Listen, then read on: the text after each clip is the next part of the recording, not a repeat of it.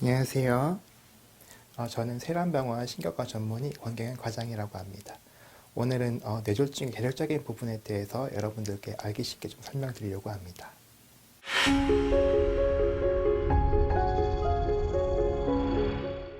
네, 먼저 많은 분들이 뇌졸중이라고 알고 계시는 경우가 많은데요.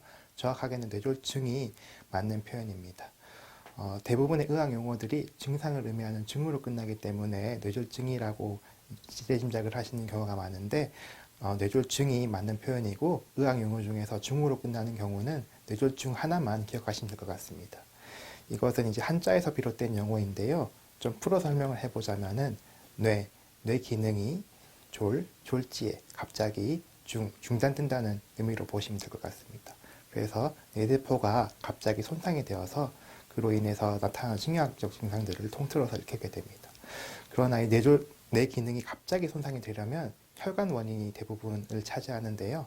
예를 들어서 뇌종양이 있으면 뇌종양 같은 경우에는 수개월에 걸쳐서 서서히 진행을 하게 되고 염증 같은 경우에도 짧게는 수시간에서 수일에 걸쳐서 진행을 하게 되는데 혈관에 문제가 생기게 되면은 그 순간 갑자기 뇌 기능이 떨어지기 때문에 이러한 증상들이 갑자기 발생을 하게 되고 그래서 뇌졸중이라는 용어는 혈관 문제로 인해서 뇌세포가 갑자기 손상이 돼서 나타나는 신경학적 증상들을 통틀어서 일컫는 용어입니다.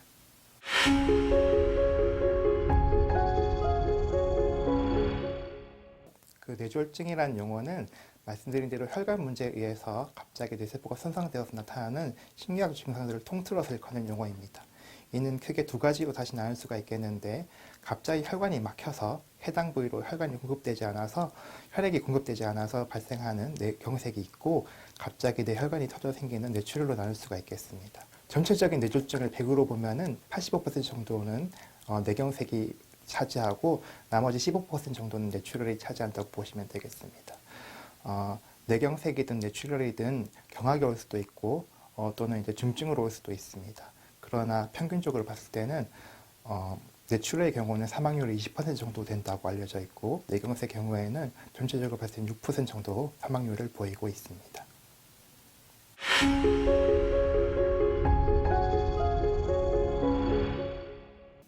뇌졸중이 발생을 하게 되면 갑자기 이전에 하던 증상들을 못하게 되는 경우가 발생을 합니다.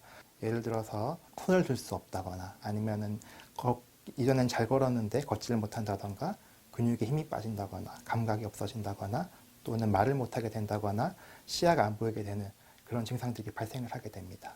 이러한 증상들은 전신적으로 발생하는 것이 아니라 국소적으로 발생을 하게 되는데 여기 보시면은 뇌 전체적으로 그 뇌졸중이 발생하는 것이 아니라 좌우 또는 뇌 그 일부분만 국소적으로만 손상이 되기 때문에 국소적으로 증상이 발생을 하게 됩니다. 예를 들어 설명을 좀 드리겠습니다. 뇌는 이렇게 크게 이제 좌뇌와 우뇌로 나눌 수 있고 뇌경색이나 뇌출혈도 이 어느 한쪽으로 특정 부분으로 생기게 됩니다. 이쪽을 보시면은 여기 아주 수평으로 깊은 중심고랑이라는 게 있습니다. 중심고랑 앞쪽에 문제가 생기게 되면은 반대쪽, 즉 왼쪽 팔다리 힘이 빠지게 될 수가 있고 그리고 이 좌측 뇌를 보시면 언어 기능 같은 경우에는 이제 우성반고인 좌뇌에서 담당을 하게 되는데 이쪽 부분에 문제가 생기면 갑자기 말을 하지 못하게 되는 증상이 발생을 하게 됩니다. 이렇듯 그 뇌졸중에 의한 증상은 전신적으로가 아닌 국소적으로 발생을 하게 되는데 한쪽 팔다리 힘이 빠진다든지 인지 기능 중에 언어 기능에만 문제가 생긴다든지 이런 국소적으로 신경학 증상이 나타나는 것이 뇌졸중의 증상이 되겠습니다.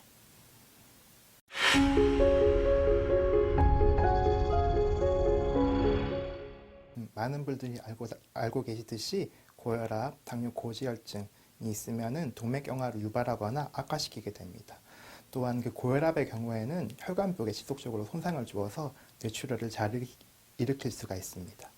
또한 그뿐만이 아니라 부정맥이나 심부정과 같은 심장이 전신으로 피를 잘 못 짜내어주는 경우에도 심장 구석에는 혈전이나 색전들이 잘 생길 수 있는데 이런 것들이 가끔씩 혈류를 타고 뇌로 가는 혈관을 막게 되면은 뇌경색이 잘 발생을 할 수가 있습니다.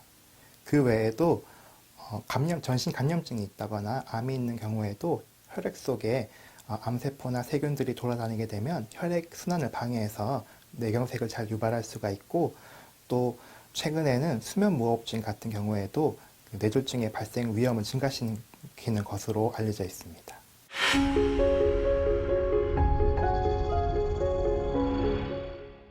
평소에 고혈압이나 당뇨, 고지혈증, 그리고 심장질환을 가지고 계신 분들은 그렇지 않은 일반인들에 비해서 뇌졸중이 발생할 확률이 상대적으로 높습니다.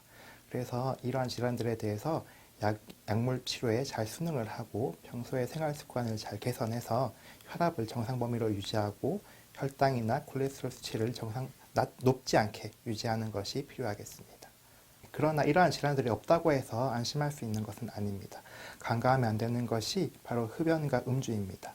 흡연 같은 경우에는 고혈압이나 당뇨, 고지혈증과 비슷하게, 아니 또 어쩌면 그 이상으로 동맥경화를 잘 유발하는 것으로 알려져 있습니다. 음주 같은 경우에도 우리가 과음을 하게 되면은 순간적으로 우리 몸에서 찰수가 일어나게 되는데, 그런 혈액순환이 부족해서 뇌경색을 잘 유발할 수가 있습니다. 수면무호흡증 같은 경우에도 뇌졸중의 발생을 높이는 것으로 알려져 있어서 이 수면무호흡증이 있는 분들 같은 경우에는 양압기를 사용하시거나 수술적 치료를 받아서 꼭 치료를 받는 것이 중요하겠습니다. 뇌졸중의 가족력이 있는 분들의 경우에는 좀 더 이른 나이 때부터 혈액 검사와 심전도 검사, 뇌연료 초음파, 공동맥 초음파 등의 검사를 시행해서 이러한 위험 요인들이 있는지를 미리 확인하는 것이 좋겠고, 잘 관리해 나가는 것이 중요하겠습니다. 뇌졸중 예방을 위한 생활 습관 같은 경우에는 고탄수화물이나 고지방 음식을 너무 많이 드시는 것을 피하고, 하루에 약간 숨이 찰 정도의 운동을 30분 이상씩 하는 것을 일주일에 5일 이상 하는 것이 중요하겠습니다. 이러한 것들만 잘 지킨다면 여러분들도 뇌경색을, 뇌졸중을 예방할 수가 있습니다.